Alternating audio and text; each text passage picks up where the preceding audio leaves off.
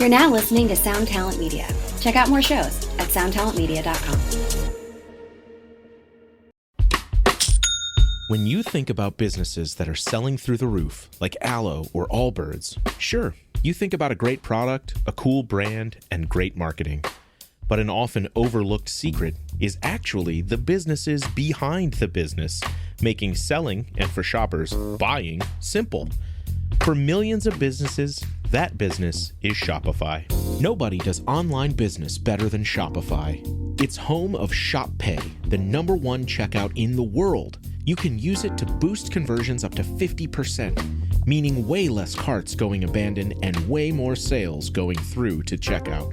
Sign up for your $1 per month trial period at shopify.com/income, all lowercase. Go to shopify.com/income to upgrade your selling today. That's shopify.com/income. This episode is brought to you by Allstate. Some people just know they could save hundreds on car insurance by checking Allstate first, like you know to check the date of the big game first before you accidentally buy tickets on your 20th wedding anniversary and have to spend the next 20 years of your marriage making up for it. Yeah, checking first is smart. So check Allstate first for a quote that could save you hundreds. You're in good hands with Allstate. Savings vary. Terms apply. Allstate Fire and Casualty Insurance Company and Affiliates. Northbrook, Illinois.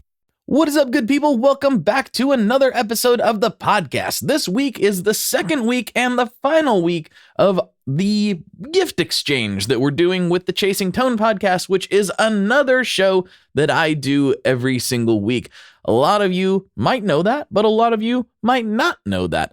Over there, I do a podcast with my good friends Richard Oliver and Brian Wampler, and that show generally is a lot of horsing around, a lot of us goofing off, coming up with random subjects. It's all kind of guitar-centric, sort of, but we talk about all kinds of stuff, and it's usually just the three of us. Like 99% of the time, it's just the three of us. But occasionally, we get the opportunity to do an interview. And I know, Tone Mob is basically all interviews all the time, but over on Chasing Tone, it's a little bit more of a rarity.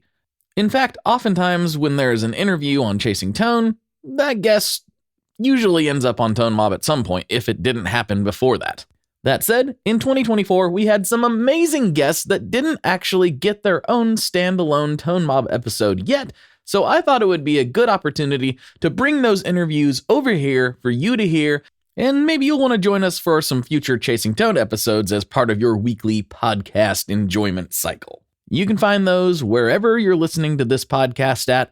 Just search Chasing Tone Podcast and you'll see all 500 or whatever episodes pop up. So last week, as part of this gift exchange episode program that we've engaged in, I brought you an episode with Brent Mason. Brian, Richard, and I interviewed him for the Chasing Tone podcast not too long ago, but he's never been on this show, and I had some questions for him. I think you're really going to like that if you haven't listened to it yet. Brent Mason is one of the most prolific session guitarists ever, like in the history of recorded music. He's one of the top most recorded guitarists of all time. He's incredibly good, and he's incredibly fun to talk to. He has some great stories, so if you missed that episode, when you get done with this one, go back and listen to the Brent Mason episode. You're really going to enjoy it. It's right behind this one in whatever podcast player you're listening to this on. Which brings me to the episode you are hearing right now. This time, we are talking to Gabe Dalporto. Gabe Dalporto is in charge of literally the largest music retail entity on the entire planet.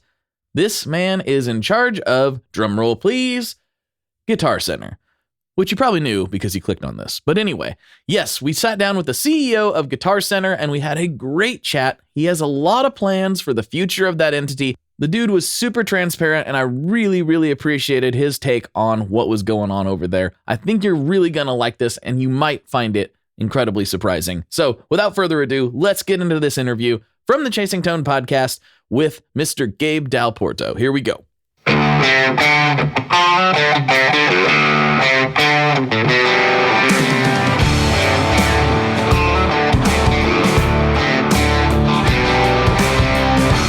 Welcome back to the Chasing Tone podcast. Today we have a very special guest, Gabe Dalporto from Guitar Center. Literally, the CEO of Guitar Center is with us today. How great is that? Woo. Welcome, Gabe. Well, it's fantastic to be here. Thanks for having me. Absolutely, man. So I have to admit, I read your interview with Music Inc. And I mean, I knew, of course, that there was a new president and everything, but after reading that interview, it was fascinating just to see it was a completely different sort of entry, I guess. I mean, normally, like with a lot of businesses, it's like, well, this person is has been the CEO of Kellogg's cereal, but you're a guitar player. I think what Brian's trying to say is there aren't many nuclear engineers that run a it's a music business. Right? It was fascinating. I mean, he, obviously, coming from a completely different world, but you're a guitar player who just kind of got into this just more out of passion. It sort of seemed like. Yeah, I think it's kind of rare that in your life you have kind of your professional life, and then you have your personal life, and then you have your passion. And it's rare where you have your work life and your passion line up. And I've done a lot of interesting things through my career, but it hasn't been in music, which really has been my passion and my upbringing and a lot of my history. Sure. And I was really honored to join the board of Guitar Center about 5 years ago. And I spent most of my career in kind of call it the digital world, and try to bring some of the digital perspective to the company. But the ability to step in as the CEO and really focus on that customer experience and, connect that passion with professional, I mean, I'm just really honored. I think the audience would be interesting to hear, because we can read about your professional career pretty openly, but what about that passion? Where did you start, developing the love for music and guitar specifically? Let's go way back with that. I think that's the untold story here a little bit. Yeah, for sure. So I grew up in the deep mountains of West Virginia, on, a piece of land up in the mountains in this 1800s era farmhouse.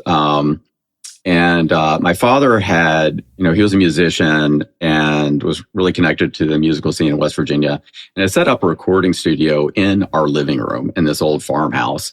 And we would have people coming in from all over the state. They'd stay for weeks. They would play music till 2, 3, 4 in the morning. And I decided I just wanted to be in the middle of this. I'm like 5, 6, 7 years old. And I decided I'm going to not live in my bedroom anymore. I'm going to move out into the living room / recording studio and sleep on the couch. And so like my childhood was literally like music playing at all hours of the night, people recording stuff, and me just sleeping on the couch at 2 a.m. So that's really where it started. My father taught me how to play guitar. I started learning at about 12 years old.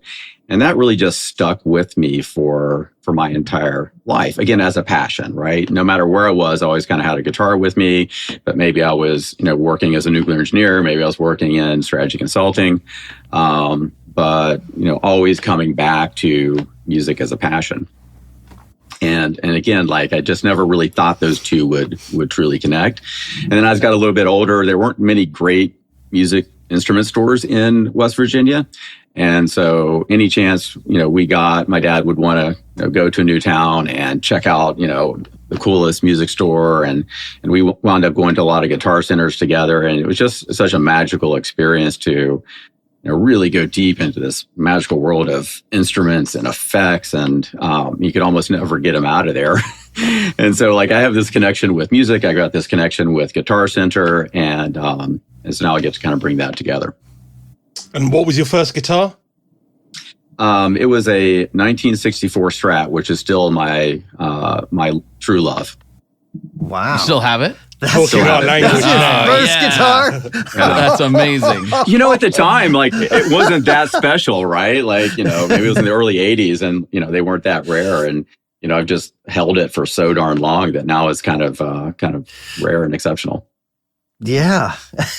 It certainly beats my 1988 Marlin Sidewinder. I'm sure a trade could happen, for that piece of junk Strat. I mean, it's just so old. Yeah. No chance. I do see a couple of Strat-looking guitars up behind you. Are you generally a double cut kind of guy? Do you like your Strats more than your Tellys, or? Well, I've So I also, when my father unfortunately passed away, I inherited a 1956 Les Paul, which also is just spectacular and, has a different sound to it, a little more, harder rock to it. And I like a lot of hard rock. So I really dig that one. I wouldn't take either of these to a gig. And so, I wound up buying a wonderful PRS, which to me is a lot like a Les Paul with less weight. And so when I'm gigging, I'm typically playing maybe a PRS. At home, I might play that Strat or that Les Paul. But then there's always want to pick up a Tele sometimes. So there's just so many. I mean, it's just endless choices. And I'm just starting to get into hollow bodies, or semi hollow bodies. So that's my next. I just got a 335. Oh yeah, that's the thing right there. Oh yeah. In fact, David Gilmour came out just this last week saying how he's fallen in love with a 335 he's picked up, which he's using on his new album. And I thought maybe this is Brian's inroad finally into the wonders of Gilmour. I haven't been a big fan of Pink Floyd. I respect them. I like what them, t-shirt but I you're don't wearing, love right, them. right? You're wearing a Dark Side of the Moon t-shirt, right? I do, but I like this color. This color gray. But I mean, if he's going to start playing 335s, I'll give it another listen. I mean, I could be persuaded. So you're pictured in this article with the black PRS. I guess that's a custom 22. I can't quite see. Is that your? It's a custom 24. Oh, it is a 24.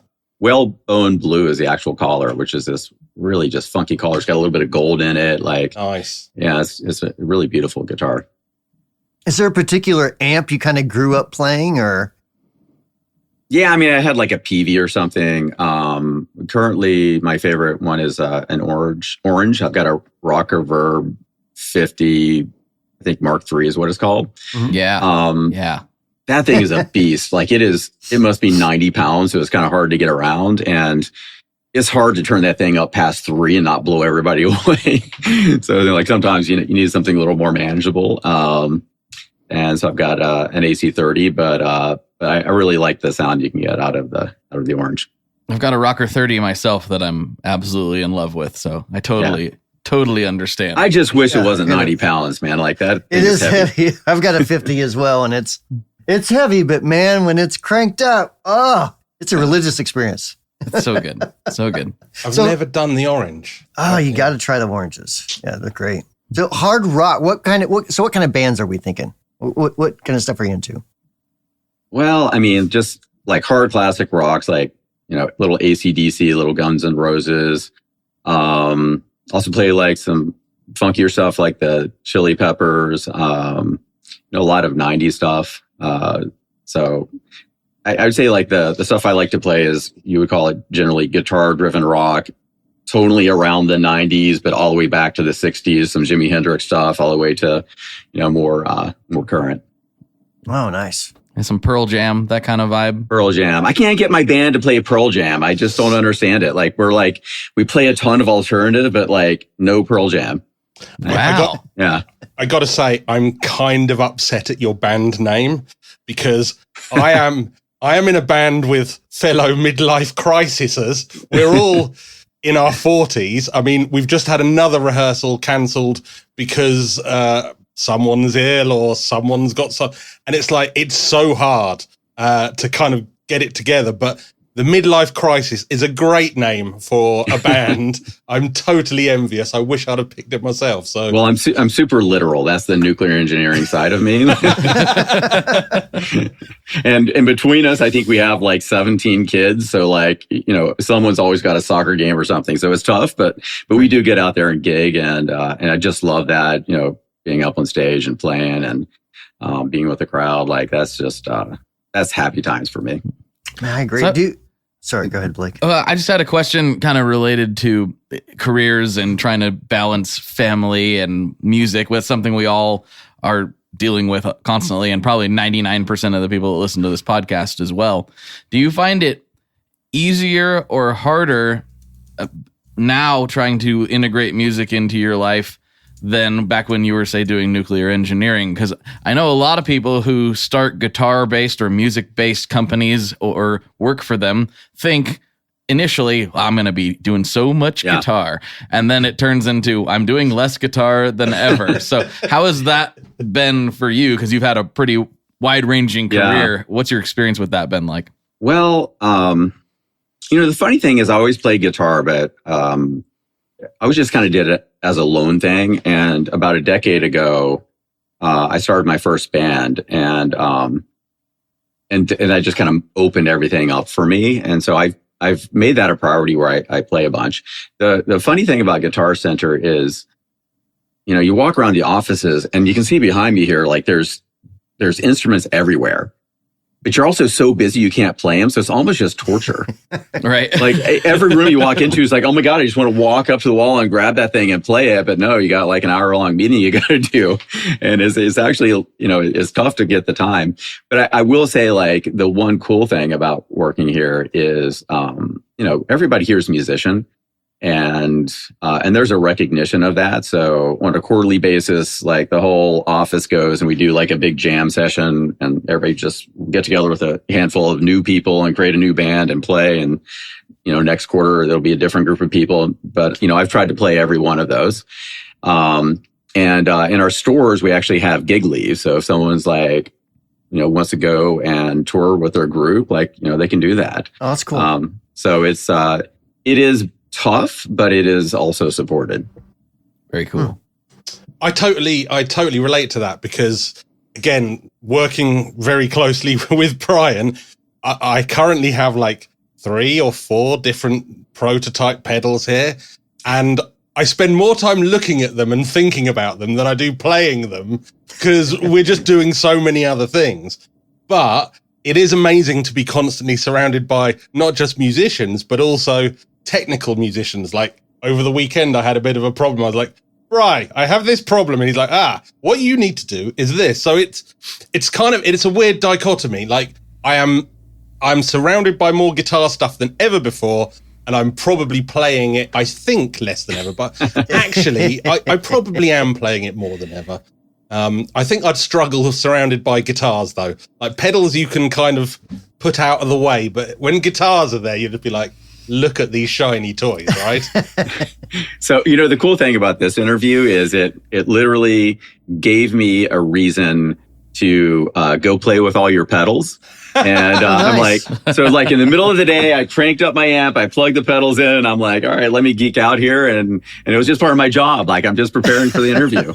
And it was really, I love some of these pedals. I mean, I could go on, but like, I'm really digging this gearbox pedal, and of course, like the Tumnus, like that's a classic. So I really kind of, and the do you say it Mofetta? Is that how you say it? Mofetta. Mm-hmm. Yeah. Oh, love that. Well, thank you. Yeah, it's been so much fun. It's Gabe, turn it down in there. I can't. I'm preparing for a podcast. Leave me alone. I'm trying to work. Yeah, it's hard for me to like kind of distinguish what's the fun side and what's the work side, because a lot of times, like with designing things, I'm just playing a lot of guitar and making a change and playing more guitar. So, and it's kind of like, well, even if I wasn't getting paid for it, I probably would tinker around in this area anyways, so, but there are times where I'm forced to stare at spreadsheets, thanks to Richard up there. And, that's when it feels more like a job, Yeah. Yes. Says the man who says, here's a pedal, now write a manual in 2 hours. I feel there's inspiration for a new song coming on here. Most great music comes out of pain. That's right. That is true. Oh, we've had a lot of pain in the last few weeks. Let's just leave it at that. So, I mean, I play in a band too, but probably 3 or 4 times a year or something. And I'm trying to do a little bit more. But I've noticed that for me, it's almost like if I get into that environment, it starts stimulating different ideas of, like what, as a musician, I'm looking at completely different versus like sitting in my room here trying to figure out, well, what would sound cool, I mean, do you find the same sort of thing? Like when you're playing with a band, it kind of inspires ideas for the business as well? Or, I mean, how is that translated? So, we started off just playing covers, and now we started writing our own music. And I find that's like like so much fun, and I kind of dig the songs we're making, and but it's hard to force yourself to do it. So we've created some like songwriting retreats, and if you just go away and your only objective is to create something new and fresh, like you just behave differently and you start experimenting, and that was actually kind of a big eye opener for me in terms of how it translates into Guitar Center. Really, I think the best thing, and my approach has been, the best thing I can do is really, really understand our customer. And anytime a business does well, it's because they just like get in the mind of their customer and they figure out how to give them what they want. And anytime a business goes, the other direction, it's because, all the numbers people are running it and they're not focused on the customers. And so I try to spend a lot of time just putting myself in the musician's shoes, talking to our customers, talking to our associates who, the people in the stores, they know what's going on in the business. They know what we need to do to deliver for our customers. And, unless you're careful, you don't ask them. And so I like to spend a lot of time in the stores and just talk to our associates and say, like, look, I asked them, when I joined the company, I asked them, everybody across the company, but particularly in the stores, 3 questions. I said, what are we great at? What do we suck at? And what should we do differently? And if you ask those questions, they actually tell you.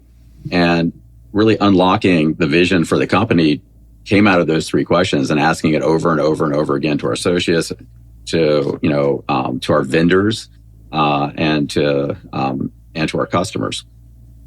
So I think it really just starts with understanding your customer.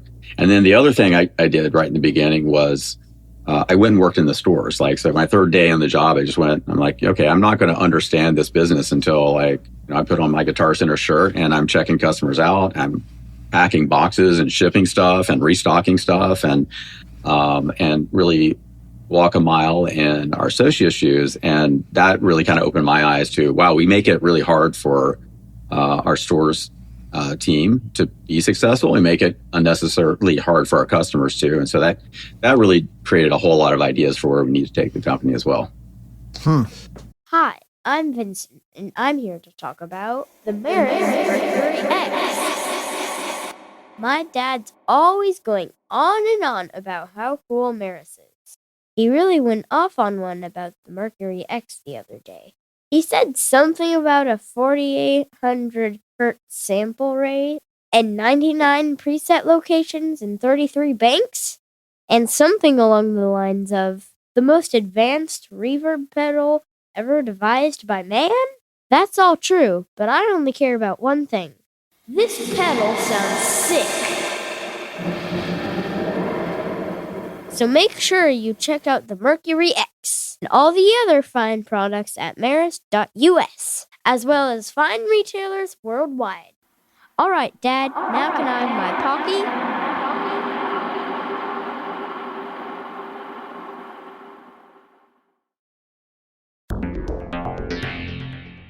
How exactly do artists get their music on Spotify, Apple Music, Deezer, Tidal, all these services? How in the world do you get your music there?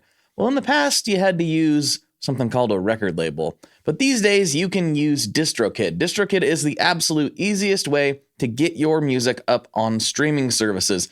And it's the most affordable way to do so. Not only do plans start at $22.99 for the entire year, that's less than $2 a month, DistroKid also does not take a cut of your streaming revenue, unlike some other services out there. Even better if you sign up by going to tonemob.com/distrokid. That's tonemob.com/distrokid. One more time, that's tonemob.com/distrokid. You'll get 30% off. That's right, 30% off their already extremely reasonable prices. So go to tonemob.com/distrokid and get your music out there. We are brought to you today by Sweetwater, specifically the Gear Exchange. You may have heard about this. This is a place where you can go to buy and sell your used gear. Maybe you got a pedal over there that's just kind of collecting dust. Maybe there's something you've been eyeing from the Sweetwater catalog. Well, right now is a great time to turn that unused gear into something you're actually going to use. Even better, if you sell on the gear exchange, you can keep 100% of the sale as long as you choose a Sweetwater gift card as your payout method. That is not too shabby because, let's be honest, most of this buying and selling we do is just to fund new gear purchases, and that is a great way to reach a wide variety of customers and keep 100% in your pocket, or rather on your pedal board. So go check out the Sweetwater Gear Exchange and turn that unused gear into something that's actually going to help you write that next huge riff. I think that really resonates with us because we were talking probably, I'm going to say 3 months ago, but I don't know. We were talking about the overall experience of buying guitars. My daughter's 21 and I've taken her to Anderton's in the UK, which is obviously one of the bigger UK retailers. And we talked about the experience of buying a guitar and how oppressive some shops make it. Not Anderton's, they make it fantastic. Mm-hmm. And how that whole experience really changes your relationship with the instrument. So I think it is a ground up approach required to essentially keeping the instrument alive, because it's not just about Guitar Center doing well, it's about kids playing music. That's, I think, a real big concern of all of us. We're all fathers and we all want to see the next generation pick up the guitar, and I think it does start with the shopping experience. My earliest guitar memories are all hanging around a tiny guitar shop with my head pressed up against a window, like wandering. And if it wasn't for the fact that the guys in there were so super cool and were like, yeah. Go and try out the expensive Strat you're literally never going to buy, that got me hooked. And it can't be underestimated. So I think your approach of, walking a mile in your employee's shoes is a fantastic one, which is why, Bri, you're on Adobe Illustrator, Adobe InDesign, and Adobe Photoshop duty all week. I mean, it does. That's fine. I mean, I probably just use Microsoft Paint. I'm better at that. But it resonates what you're saying with me, because I actually started, and I don't want to talk about me too much, I do far too much of it, but I started off as a customer of Wampler. I was not in the music industry at all. I came from the insurance software business, and I had no intention of ever getting in the music industry. But like you, I'd always taken the guitar with me wherever I'd worked in whatever industry. And it just so happened that I kind of looked at what Wampler were doing and saw something I really liked in the way Brian marketed himself, essentially, and thought, that's a business I'd like to be involved in, because it's a business that cares about users and wants users to get the most out of their products. And I think ultimately that's what any business should care about. It's customer base, it's user base, whatever you want to call it. So I think I relate to what you're saying. How are you seeing, though, the sort of, because I guess you started, you said you were on the board sort of 5 years ago. Yeah. So you would have seen the whole pandemic boost of online retail. How are you seeing the landscape now, do you think, with gear sales? Are we seeing amplifiers selling as well as they once were, or are they still harder to shift, do you think? I think everything got really whacked out and distorted over COVID. You went from, having a huge percentage of your sales in physical retail to, for a period of time, all of it went online. So it was a real tailwind in online. You had an enormous number of new musicians enter the market because they were at home bored. And so a lot of beginners entered. And those were two really big trends. And so we saw a dip in the beginning of COVID, but then an explosion that following year of product sales, which was maybe somewhat unnatural. And then the last couple of years have been a bit of a hangover of that, right? So, things have started to trail off. I think of this as probably like a stabilization year and starting to get back to normal. Like the inventory mix in the stores went way beginner. And it's not you have to start with the beginner. That's the future, right? But that's not necessarily, if you can't do that at the expense of what I would call the serious musician. Mm-hmm. And the serious musicians are artists trying to make a living at this, producers, and people like me and you, who are just passionate players, people who have a day job, but music is a big piece of your identity. Like that's the core of the industry, and so you need to serve that market. And what I saw was we weren't really serving that market. We had just way over indexed on beginners. Again, they're great, but you got to serve your core customer. Right. And so I kind of took a step back and did all this evaluation, asked those questions, and came to the, what do you do about it phase, which was first, we got to get better product in the stores. And that's, mid-tier premium product in addition to the beginner, right? You would walk into a store and you would think that this is a beginner store because like you had 200 sub $500 guitars in there and just tons and tons of entry-level drum kits and tons entry-level everything. And there was very little mid-tier, very little premium, very little used gear that, the core customer would actually want and demands. So we just got to get back to serving that customer, get better product in the stores. And when you talk to customers, they'll kind of say two things. Why do you go to a store, instead of online? Because you can kind of get everything online.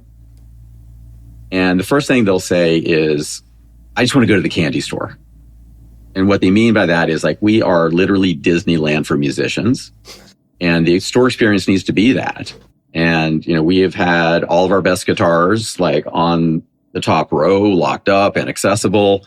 And all of our pedals have been behind glass. And so we're going to change that. We're going to bring, the best product at eye level, unlock it, let you grab that, premium Gibson or Strat and, plug in and go.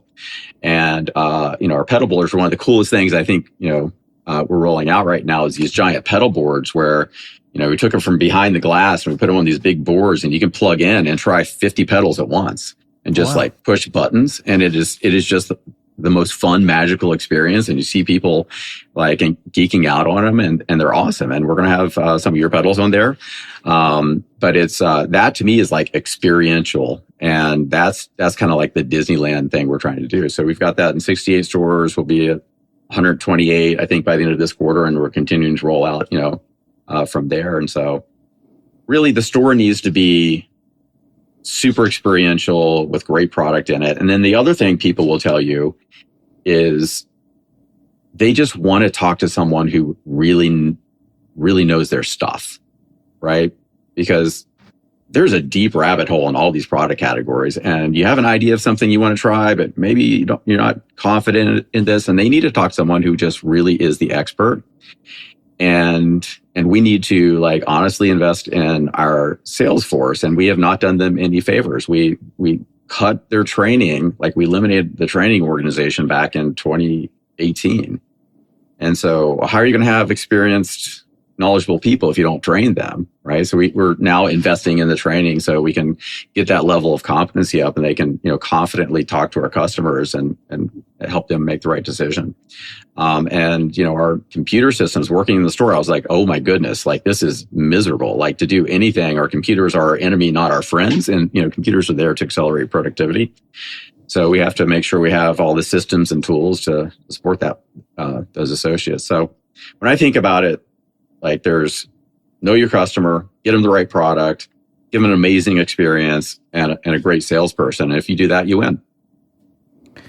Yeah, and I think it's worth noting that the reason this whole episode is even happening was Brian and I, unfortunately, Richard's, still chained to the UK for now. We're going to get him over here at some point, right? To have some fun. But Brian and I noticed independently, I'm in Oregon, he's in Indiana, and we did an episode, I think it may have been the same one Richard was referring to earlier, about the experience of stores. And Brian and I were like, hey, our local guitar centers seem to be like improving. And we hadn't, that article in Music Inc. hadn't came out yet, that we didn't really know what was going on behind the scenes. We just noticed that there was a tangible shift in quote unquote the vibe and the stuff that was available. And that was relatively early on. So what were some of the things that you implemented like immediately? Because there was an immediate shift in some locations. Yeah, Maybe not all of them, but certainly in ours. Yeah. And in fairness, all of this takes time, right? Getting, better product, you got to envision what that product is. You got to order it. You got to get it out in stores. Training takes time. Like all of this takes a little bit of time. But I think the first thing we did was, and really the urgency was around just developing that clear strategy that we could communicate with the employees, that everybody would understand. This is where we're going.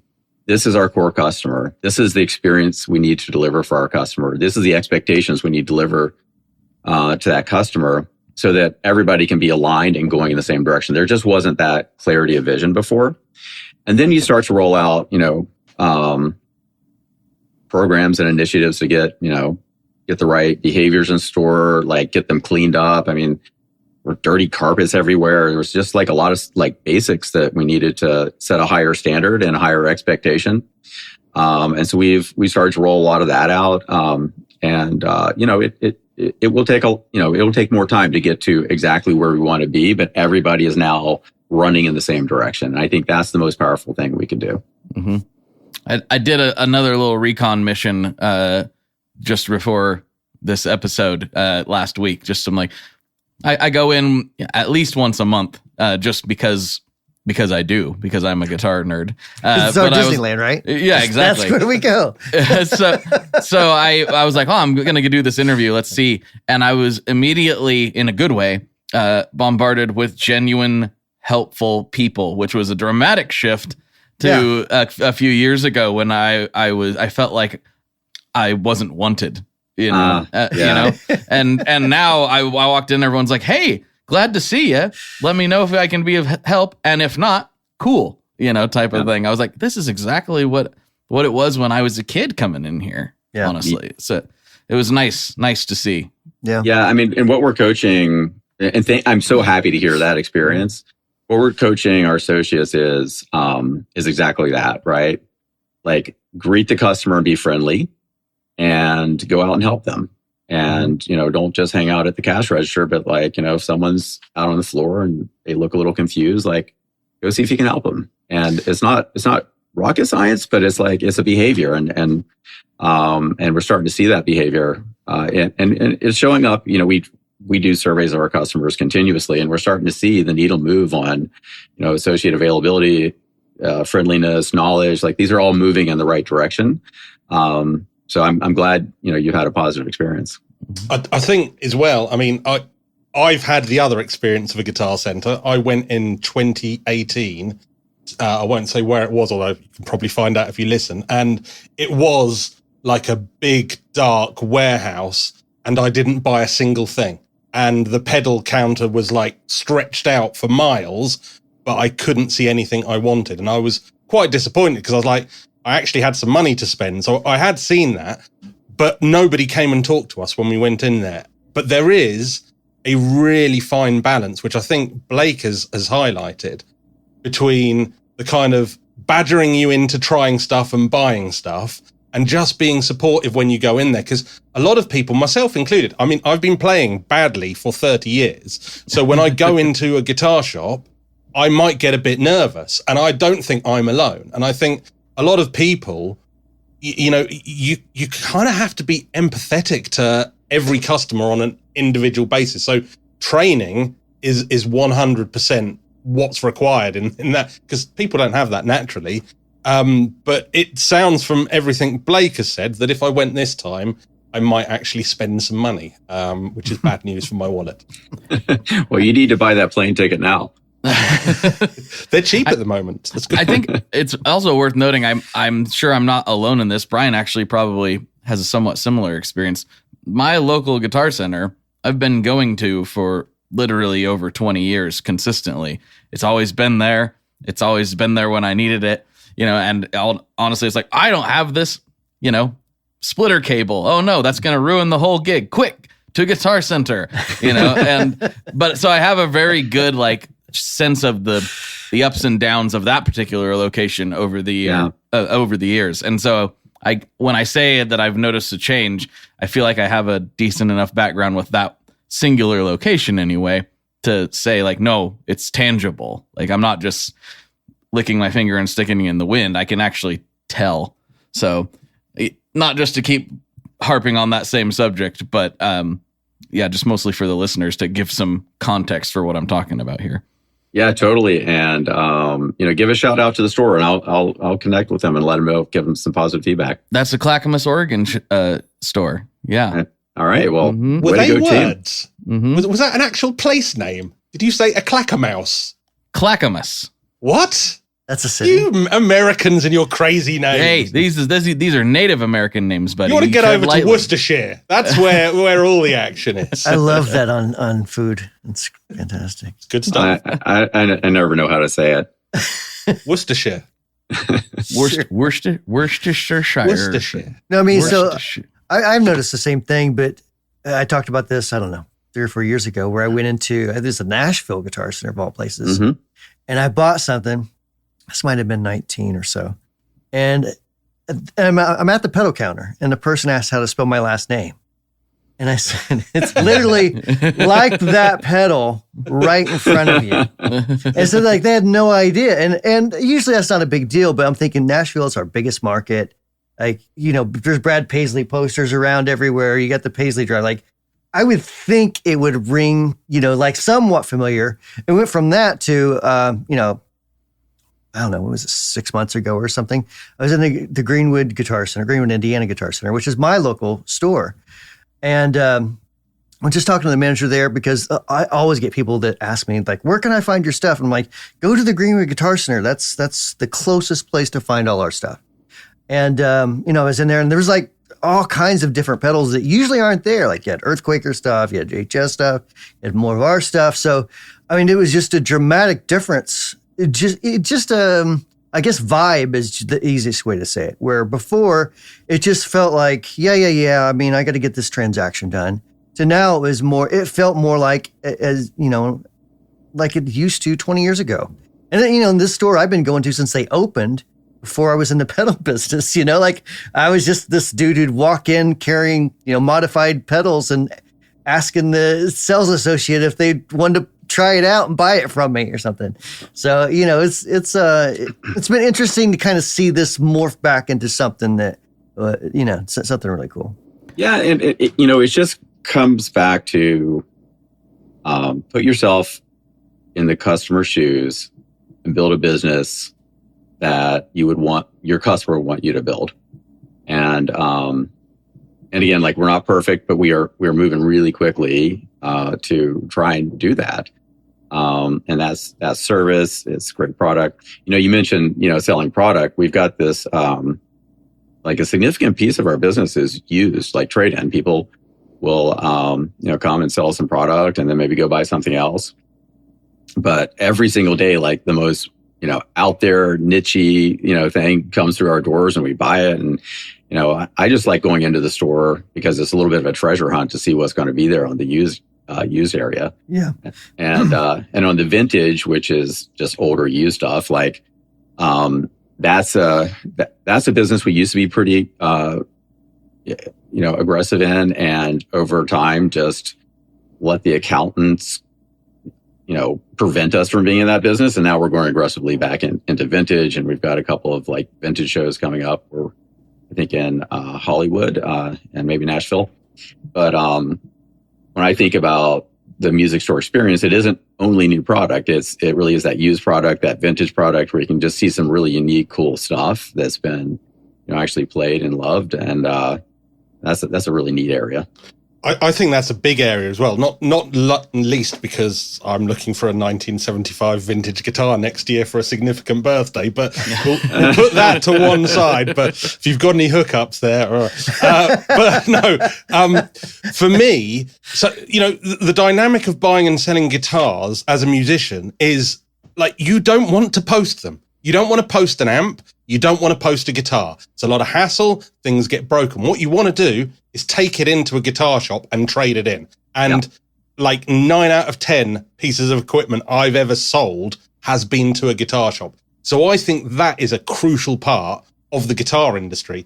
And I think it's a part, it has special, we chase these rare old pedals that were actually pretty workaday in their time. You can never predict how things are going to go. I mean, it's crazy. Look at the recent Bad Monkey thing. So I think that's a huge thing to be involved in. And I love the vintage side of the business because, let's face it, you've got more buying power than most people. So you're going to be able to get hold of really interesting pieces.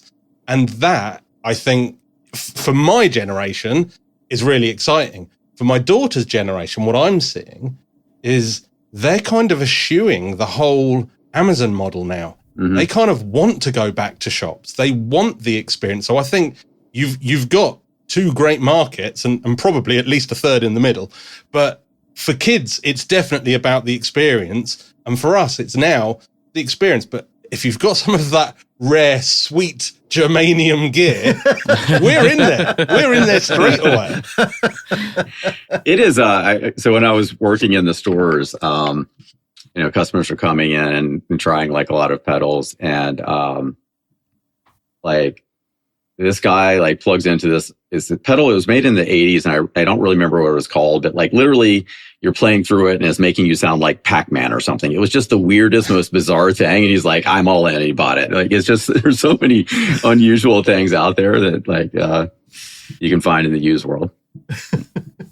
It wasn't Brian, was it? Was that me? Or I was probably the guy looking for the pedal that makes everything sound like a burp, But, oddly enough, I was telling someone this the other day, I'm the weird guy that I'll go into a guitar store looking for a new amp because I want a sound to inspire me to make a new pedal. It's so backwards. Like, rather than finding a cool pedal, I'm like, oh, that's awesome. I'm like, oh, look at this Engel amp. This is amazing. I wish I could make a pedal that sounded like this. I ought to try. Yeah. But it's so weird. Like you try a different type of guitar and you just find yourself playing different types of music, or you plug into a different pedal and you wind up playing different types of music because it's like guiding you there in a way. Yeah. Right. The sound kind of guides you into the type of music you want to write. And it's pretty wild. I mean, I don't want to bang on about David Gilmour any more than I normally do, but that's exactly what he says. He's like, great guitars give you a song. And he famously talks about his Martin that inspired Wish You Were Here. But he said the same about this new 335 he bought. He's like, I've never tried one. This one spoke to me and a song just fell out of it. And I feel exactly the same. Probably almost the exact same with amps for me. Yeah, I was saying guitar gear in general does that for me. Yeah. Like I plugged in some of Brian's new pedals over the weekend and I wrote 3 songs in my head. I then didn't commit any of them to Pro Tools, but I was like immediately like, this is perfect for this. And then here's a riff I've just invented. And that's what keeps it. I think that's the secret sauce behind great guitar gear that keeps us coming back, I think. And it's keeping that going, especially as we're all getting on in life, is, it's the beautiful thing about the instrument. Yeah, absolutely. Yeah, John Mayer's got some sort of video. He was talking to some college kids somewhere. I can't remember exactly where. Maybe at Berkeley. But he's talking about how he went on this rampage of buying every reverb pedal under the sun. And he's like, I spent so much money on reverb pedals. It was so ridiculous. He's like, but then I bought this one and it made me make this riff. And he plays like a couple of his most famous things. He's like, and now I can afford as many pedals as I could ever want to buy. Oh, that is so cool. And, you talk about like the next generation. My daughter, she's just getting ready to go off to college. But, this year we've just been kind of like, I've taken over like our living room, made it a kind of a music room.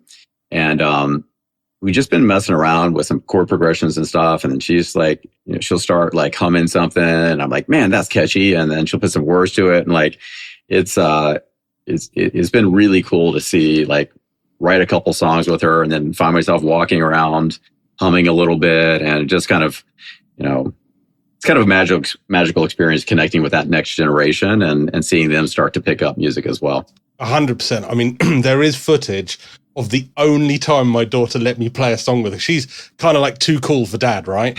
So she was upstairs. I was tuning an acoustic guitar. She started playing a Cure riff. I'm like, I know the rest of this. So I started playing it, recorded it on my phone. I was like, this is the best feeling ever. She's like, Dad, I hate you, but You're ruining my life. 100% I was.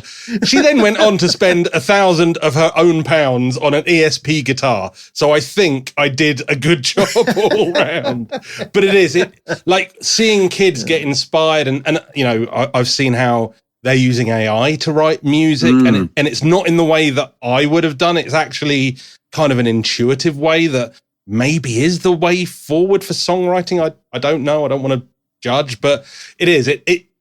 Music is the gift that keeps on giving. If you teach it to your children, and again, the same is true of you because you grew up in a musical household. Brian, I think it was your brother was playing guitar before you. My grandparents played music, yeah. Blake has a long history of amazing guitars from various parts of your family. and my dad had a beaten up old Yamaha that I used to try and play like a violin, but that's another story. But I think that's the core of it. Family moving that love on is the greatest thing. So I think that will come out in the retail space because I think we are now looking for a better experience as you've pretty much nailed in how you've analyzed it.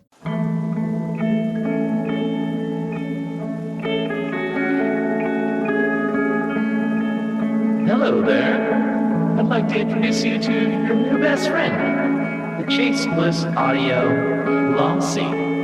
Lossy is a collaboration between Chase Bliss and Goodhertz. And it's meant to give you some control over those weird digital artifacts that come with very compressed audio. You're hearing it right now. All the changes that are taking place are strictly coming from my playing dynamics.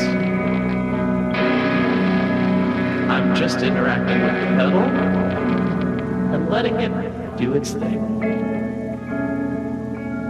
In some true stereo goodness.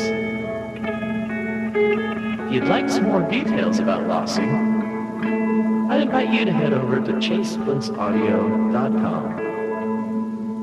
I think you're gonna like what you find. Ryan Reynolds here for Mint Mobile. You know, one of the perks about having 4 kids that you know about is actually getting a direct line to the big man up north. And this year, he wants you to know the best gift that you can give someone is the gift of Mint Mobile's unlimited wireless for $15 a month. Now, you don't even need to wrap it. Give it a try at mintmobile.com/switch. $45 upfront payment required, equivalent to $15 per month. New customers on first 3-month plan only. Taxes and fees extra. Speed slower above 40 gigabytes on unlimited. See mintmobile.com for details. This is the sound of your ride home with Dad after he caught you vaping.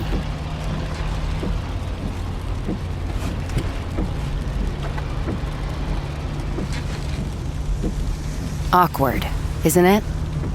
Most vapes contain seriously addictive levels of nicotine and disappointment. Know the real cost of vapes. Brought to you by the FDA.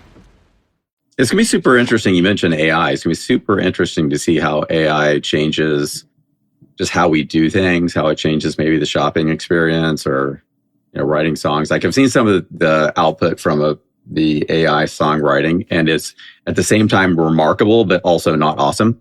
Right. And so it's got a little ways to go, but I like find myself, I don't search very much on Google anymore. I do at least half my searches on ChatGPT. And so I find my behavior's changing, and I feel like it will probably in some way affect the music business as well. Yeah, it's interesting. I've had this theory for a while that it used to freak me out more, but I'm starting to embrace it more than I thought I would have. And I'm realizing I don't think this is going to have the scary impact on the music world that everybody has kind of hypothesized that it might. And the reason is because I'm not going to pay my money to go see an AI generated anything. I'm going to go see people playing music, you know, and it can be maybe partially assisted by AI or, you know, whatever. I'm not going to pay money to go see some computer on stage. And I don't think 99% of people who love music are going to either. I say this, I'm coming off the heels of watching Tyler Childers last night, so I'm pretty hyped up on live music at the moment, as you can imagine. He's the least likely person to use AI, I think. It was incredible. But I'm just less worried about it than I used to be. I think maybe in some of the commercial spaces, elevator music type things, that's where it will probably take over. But in the things that people really care about, I'm less concerned with it actually taking over, because as long as humans are the consumers of art and music, they're going to want art and music that is produced by humans. That's my theory I'm working off of right now. Yeah, I think you're right, and I hope you're right. And I think stringed instruments are really the kind of breaking point for robotics anyway. Because there isn't, the kind of computational power you'd need to run a robot that had the sensitivity of the fingers of Brian Wampler are insane. Nobody. Hold on, that's not a good example. His are burnt off by soldering iron. So you know what I mean. Like we take for granted the things as humans we do naturally. Like for us, to calculate a very long computational sum is difficult, but to walk is really easy, whereas it's completely reversed for robots. And I feel the same for stringed instruments, because you've only got, generally, unless you're Blake, 6 strings to play with. And most of the time, it's just the nuances that make the difference. That's what makes our favorite guitarist. And I think that's why the guitar is pretty bulletproof when it comes to AI and robots. I'm about to be proved wrong, I'm sure, but it's my theory and I'm sticking with it. I tell you, there's just nothing better than watching live music and then have someone go off script and just riff and improvise. And every night is like a little different, and it's just connected to motion. Like that to me is fun, is watching live music. Oh, yeah. Let me ask each of you a question, if you don't mind. Sure. If you had one wish from Guitar Center, what do you want us to do? I'll go first. I was gonna say, mine's the easiest. Are blank checks. Yeah. Have you ever considered expanding worldwide? Have you ever thought about being a transnational brand and not just, an American brand? It is a conversation we've had. I think there's a little bit of work to do to really be awesome in the United States. Once we kind of nail that, I mean, sure, everything is possible.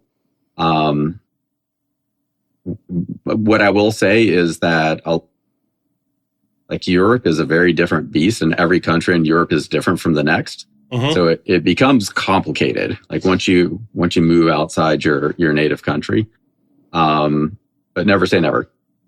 I mean, it's worked for IKEA and people like that. So it is possible, but I totally get it. It's just, so in the UK, there's one national chain, which is Guitar, which probably started off as a handful of independent shops that kind of got together.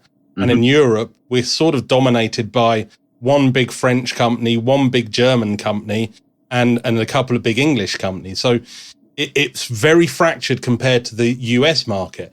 But there isn't that kind of, again, where you're taking Guitar Center, it will be if I go into a Guitar Center in Idaho versus New York, I should be getting a roughly equal experience. There isn't anything like that in Europe. You can go to a music shop in one part of Europe and another part, and you'll get completely different experiences based on what it is. So it just struck me as something that had never been tried before.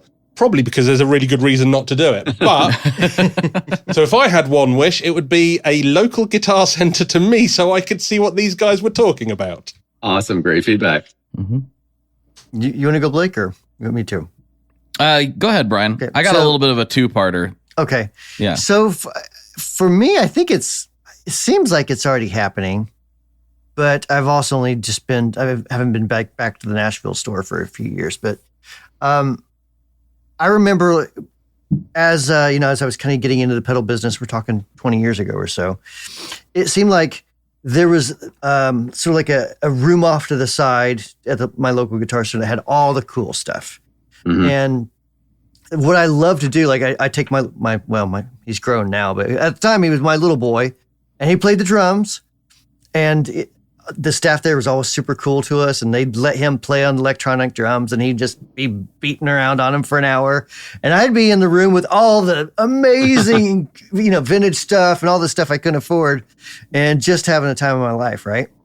And then that went away for a while, but like I said, I think that may be coming back, and I guess I just wanted to ask you, like, is that kind of part of the plan? Like, let's put amps into places where people can actually play them in privacy if they want, and turn it up and it not be an issue, that sort of thing. Yeah, absolutely. I mean, many of our stores have what we call like a platinum room. And that's where like the really special, a lot of the really special guitars are. And so we need to make sure we have really remarkable product in those rooms. But I think that's kind of where you're going. It's like, right. An area where you can put all your best product and I totally get that. Yeah, that was so much fun just because at the time that was stuff I would never see anywhere or never be able to buy, never be able to afford, but it allowed me to set my sights on something to achieve, right? And yeah. I mean, and if you walk into, some of our better stores, you will find just really spectacular. There was this Telecaster that was like sparkle blue with a gold Bigsby whammy bar or whatever. I'm just like, who thought of that? But that's beautiful. Like, so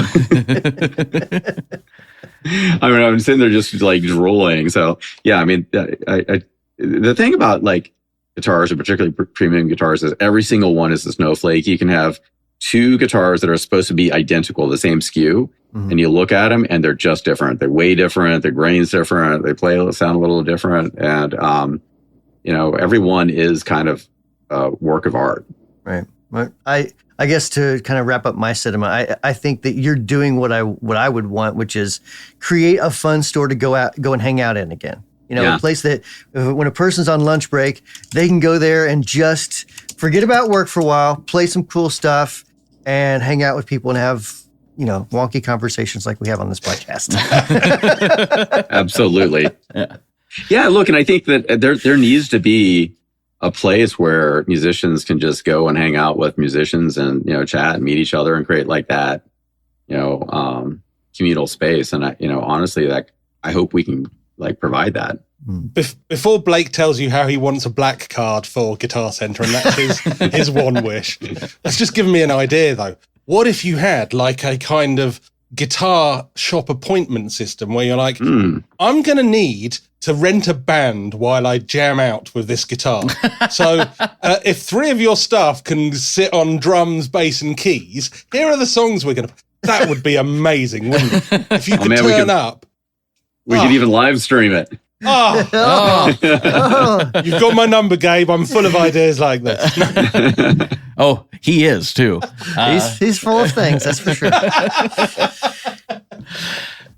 So yeah, well, I said mine was a two-parter. So the first one with my consumer hat on is you're pretty much already going in that direction from the sounds of it, right? You're getting 99% of what I think most people who, I like you said, I think you did a good job identifying serious musicians, and some people took that and blew it out of proportion with what you actually meant. I think I understood it straight away, which is people who are serious about music. It doesn't mean you're necessarily professional. It doesn't mean that you're necessarily, touring the world, though those people certainly fall into that category. It encompasses everybody, including myself before I actually got into this industry, which was I was just obsessed with guitars and pedals.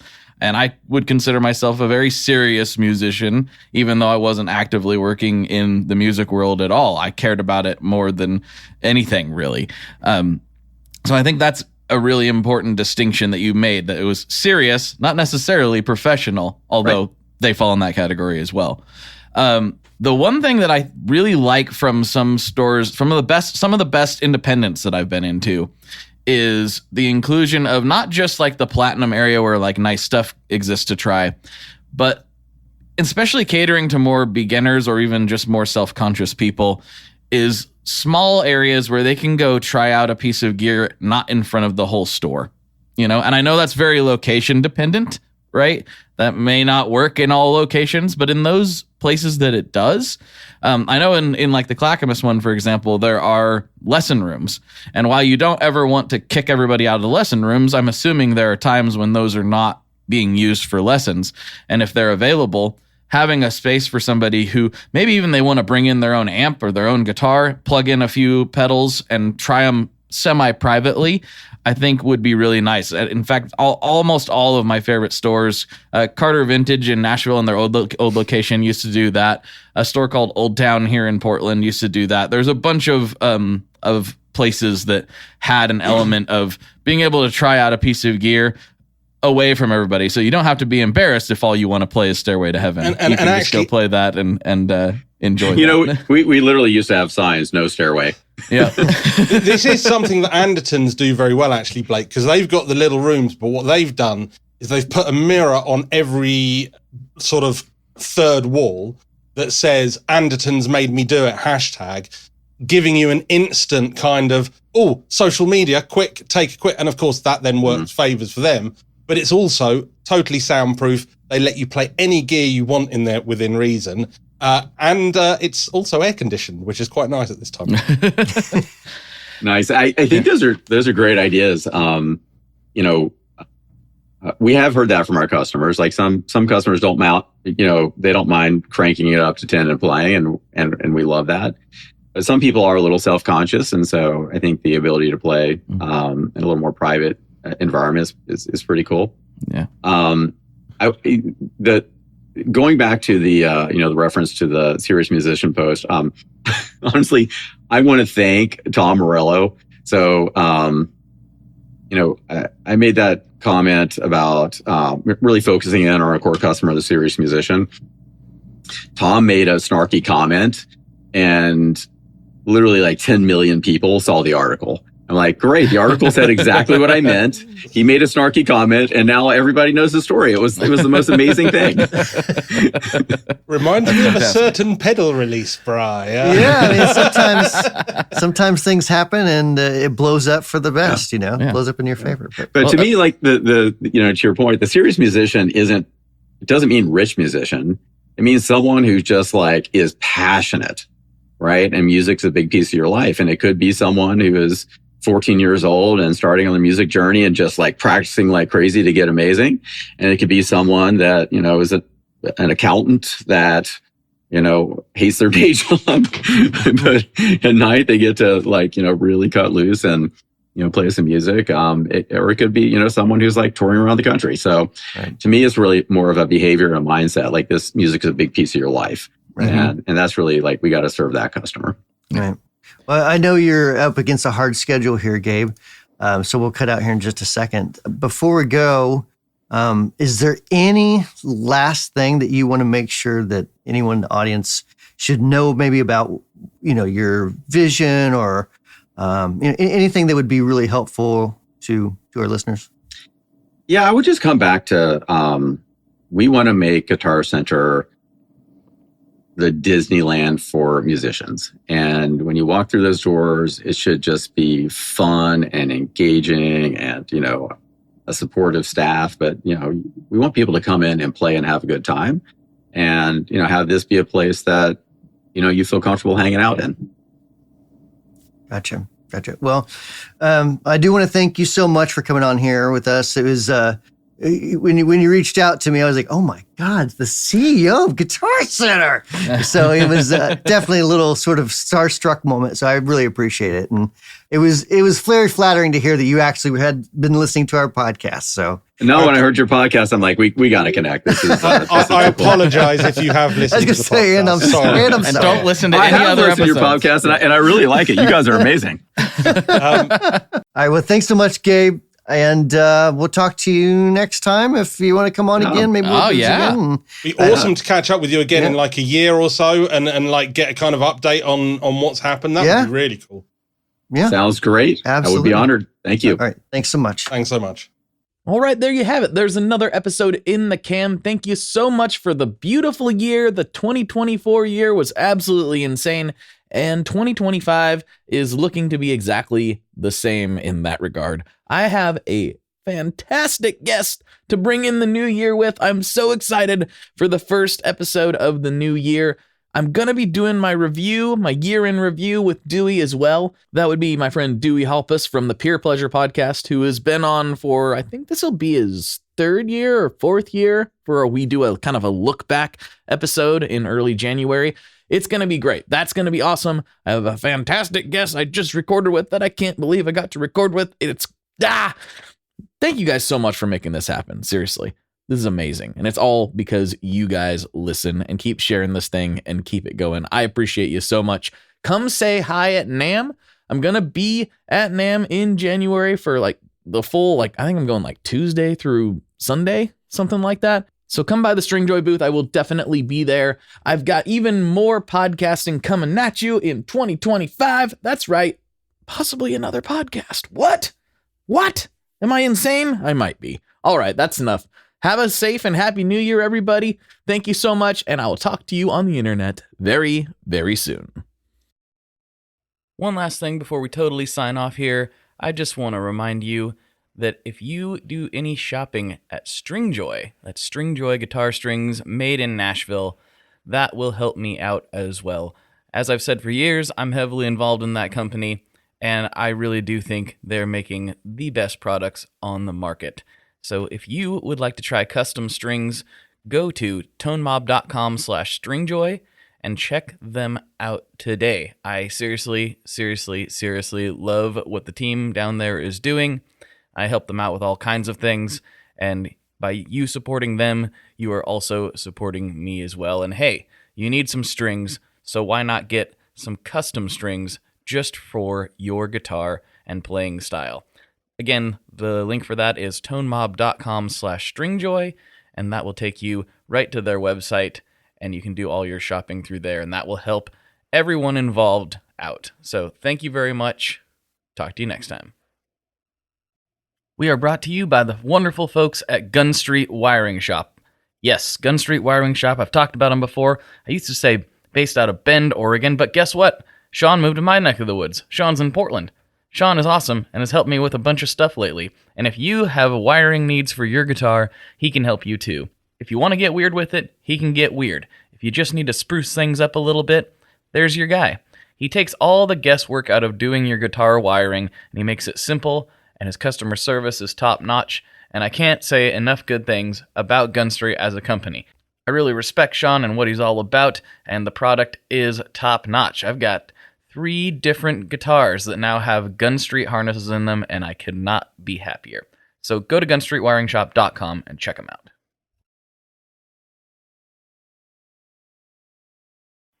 Hey, this is Steve Choi, host of the Musicians Guild podcast, part of the Sound Talent Media podcast network. Within the 4 walls of the Musicians Guild, we'll be discussing the habits, idiosyncrasies, experiences, and general psychology of my friends and peers, all involved with music in various capacities.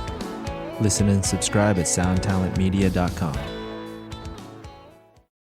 Hey everyone, it's Chris Pandolfi inviting you to check out the new season of my podcast, Inside the Musician's Brain, with new episodes airing now. Hearing it in that room, these guys playing this thing and trying to figure out how to play this song was mind-blowing. It's so inspiring to know there's so much more to it than you ever thought. And it just opened another door. But when people find faith because they need to, in terms of just filling a void to feel better without actually being better, that's when it becomes a crutch, much like drugs and alcohol do. Man, I don't have all the time in the world here. If I want to be a professional bluegrass musician, I felt like I had to take a very strategic approach, just trying to get rid of the barriers and figure out what those barriers were. The feelings still come and I have to reckon with that, but I think I have better ways of moving forward and not being stuck, which I think was the killer for me. Catch all that and so much more on the new season of Inside the Musician's Brain.